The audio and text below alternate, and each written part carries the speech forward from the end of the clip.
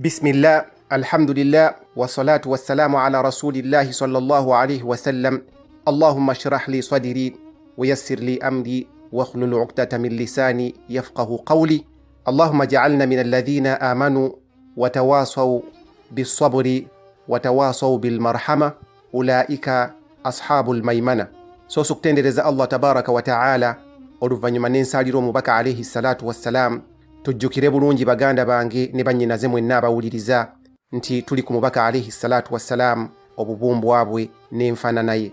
Omulundi ogwasembayo twayogera ku nfaanana ye ate era ne tugamba nti omubaka alayhi salatu wassalam basahaba ab'enjawulo bayogera enfaanana ye.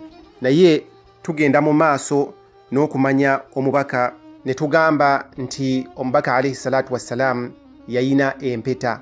Empeta eyo nga yamuweebwa nga yesiiru eraga nti yasembayo mu bannabbi bonna era yaggalawo obubaka bonna.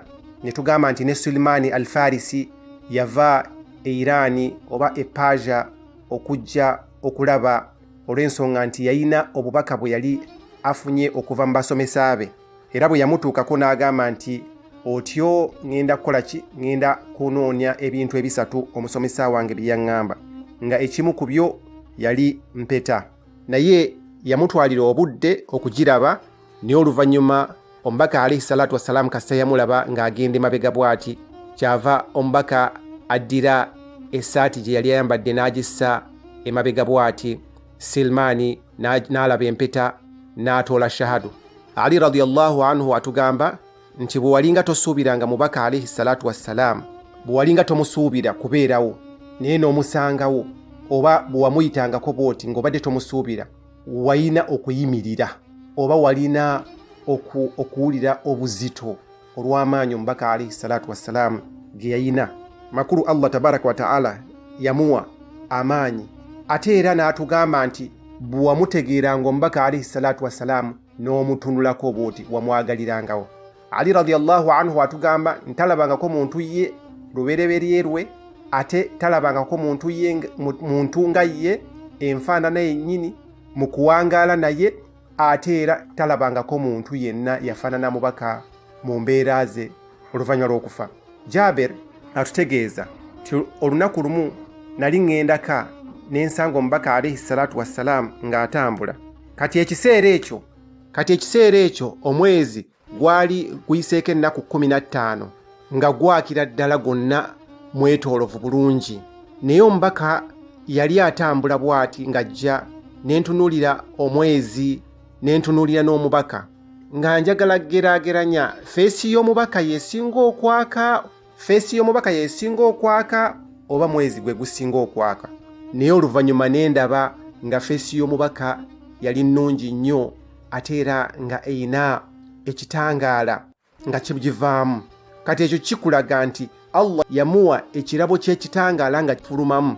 Abantu bangi baasiramuka kumutunulako butunuzi n'atoola shahadu.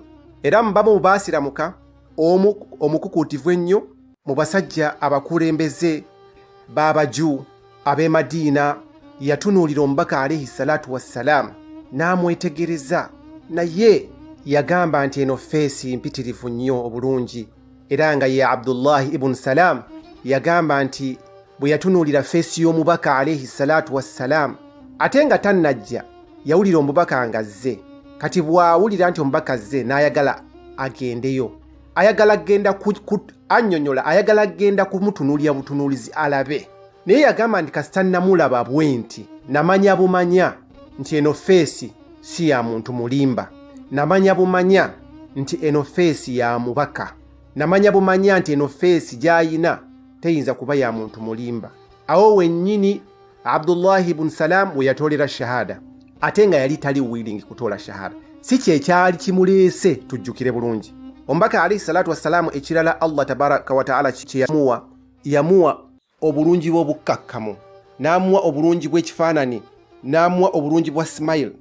Waliwo hadithi enkukuutivu Umar ibn al-Khattab atunyumiza n'agamba nti yayingira mu kisenge ky'omubaka alayhi salatu wassalamu ekyali mu masjidi kye baali bamuteerawo, bamuzimbira. wabula nga kya mubaka alayhi salatu wassalam baamukolerawo ekisenge kye nga kike nga waawummulira bw'aba ayagadde okuwummula.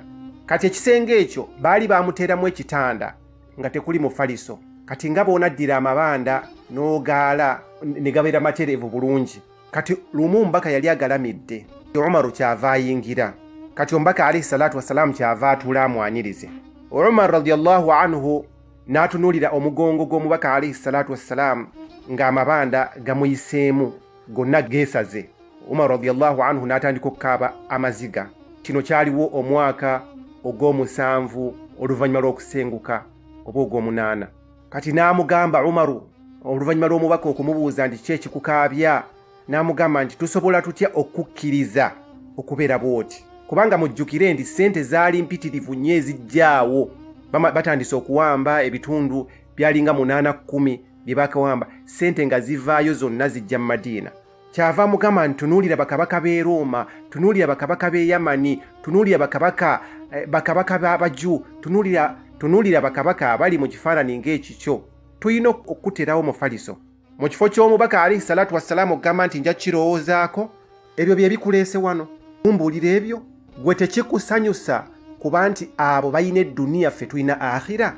Gwe tekikusanyusa kuba nti ffe tulina akhira, bo balina edduniya? Bw'atyo bwe yali omubaka alayhi salatu wassalamu. Aisha maama w'abakkiriza atunyumiza n'agamba nti obuliri bw'omubaka alayhi salatu wassalamu kwaliko ddiba, naye ebiseera ebisinga yaddiranga ensansa zino ez'eminazi n'aziteeka wansi wagondegondemuuko. Era lumu omu mu bakyala be yaddira sayidi ye gye yeebakako ey'emufaliso n'agizingamu n'edabolinga n'agiteeka ku sayidi y'omubaka alayhi salatu wassalamu. Omubaka bwe yajja kwebaka otulo twamukola ki? Otulo twamutwala n'ayisa mu budde bw'alina okuzuukukiramu. Era bwe yazuukuka ekiseera ekyo kyennyini yagamba nti ki ekibaddewo, n'amugamba nti nakuteereddewo extra cushion, n'agamba nti abizzeeyo nga bwe bibeera, njagala okuzuukuka ku tayimu yange gye nsaaliramu. Ne Mungu atusonyiwe busonyi ya Allah. Tusaba Allah atusonyiwe kubanga ffe obuliri bwaffe vunu. Allahu akbar. Mungu atusaasire ya Rabbi. Rabbana taqabbal minna innaka anta as-sami'ul alim wa tub alayna ya maulana innaka anta at-tawwabur rahim. Wa salli Allahumma ala khayri khalqi Muhammad wa ala alihi wa ashabihi ajma'in. Walhamdulillah.